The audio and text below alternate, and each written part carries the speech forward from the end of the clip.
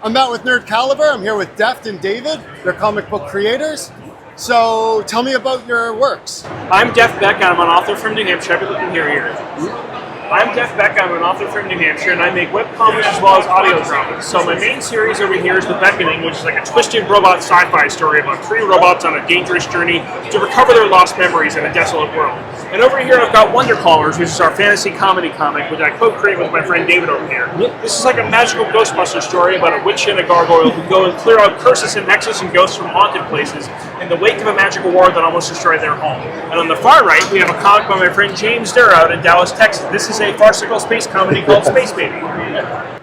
That's a lot of fun. Yep. What inspired you to do this side of, this looks like a sci-fi, maybe slightly cyberpunk? It's a dystopian kind of cyberpunk story. It's inspired by a lot of like 90s like Detroit techno, drum and bass, and jungle, and that kind of music, and sort of the anti-authority kind of stuff you get going along with that. Yeah. And just a lot of classic cyberpunk kind of stuff too. Just a lot of like niche interests I like music games and all sorts of things like that. Yeah, do you listen to something specific, like a type of music when you write? A lot of like drum and bass and jungle, like 90s kind of dance music and stuff, so two-step and things like that. That's fun. I listen to a lot of post-rock when I'm writing. So it just gets me into a calm headspace. Yeah. There's no lyrics, you're just, I don't have to hear, like when you're writing dialogue, you can get muddled up when you're doing that. So it's nice to have something that my head can be cleared with. It's funny because with this also, Jacob's main inspiration, he does a lot of, he's inspired by the artist Ashley Wood. And he also is very heavily inspired by like Nine Inch Nails and a lot of industrial music and health and stuff like that. So we have kind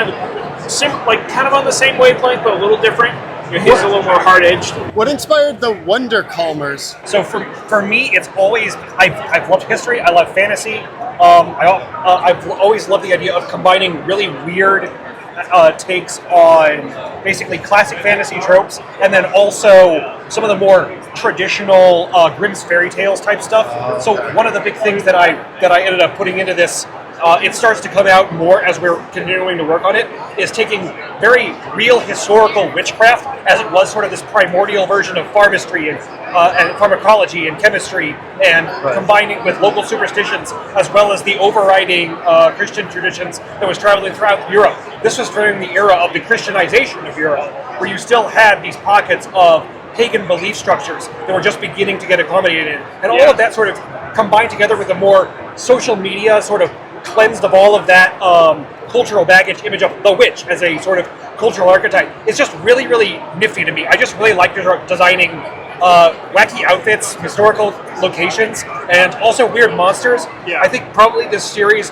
comes into existence because of Marshall. He is the most fun to The draw. gargoyle on the cover here. Yeah, he's the most fun to draw. He's extremely expressive. We call him the friendly giraffe, even though he's a gargoyle. Yeah. And the way, he's the world builder, I'm the one who's like constructing the story. The way I frame it is he's the architect, I'm the builder. Yeah. I ask him questions about the world and how it would affect the characters, and I make stories out of that. Nice. So we actually came up with the story like 10 years ago. We only kind of recently made the first issue of the comic, but I'm really proud of what we've accomplished.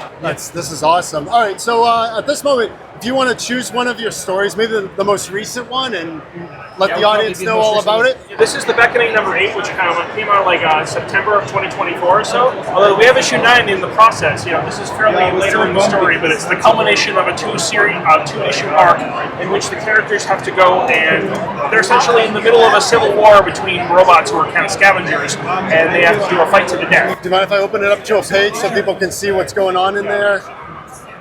Are they all black and white, or some in color? Yeah, all black and white. Okay, They're good. all black and Cool. white. I'm going to go backwards. Jacobs has a spin-off as well, Born Sleeping, which is launching nice. later this year. Ignore the date in the corner. That's so cool.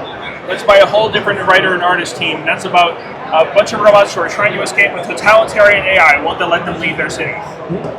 And how can people get your comics? How can they get in touch with you? You can see the direct sales for the most part we're doing. I'm thinking about setting up a Shopify page, but it's kind of pricey right now, so just kind of doing direct sales right now.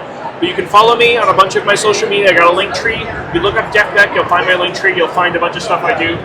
Beyond just comic books, I also do audio dramas based on my comics. I work with voice actors to go and create original stories, and then it all voice acted out with some images and stuff along the way. You can see that on my YouTube as well as on Spotify and wherever you get your podcasts. In particular, The Bekkoning actually has a wrapped-up audio drama called The Bekkoning Noisemaker you can listen to. It's an 8-episode series totaling about 2.5-hour-long audio drama, and wonderful cast in there, and a lot of philosophy in there. It's all talking about the ethics of like the way social networking works and whether or not that's good or bad, and a lot of topics like that. I'm really proud of what I've accomplished with that as well. Yeah. I don't really have any socials. I still need to build them up. Believe it or not, one of the things I started out on, I was actually supposed to be working on games, but I ended up diverting into comics, unfortunately, as like a weird distraction. But it's fine. You can find them online as Gargoyle House Games. Yeah, Gargoyle House Games. I'll eventually set up more stuff and have actual games to sell. Awesome. Thank you so much for talking with us. And make sure also to check out my friend James Durr on Instagram. He has a comic called Space Baby I've got over here. Okay. Awesome. Yeah. All right.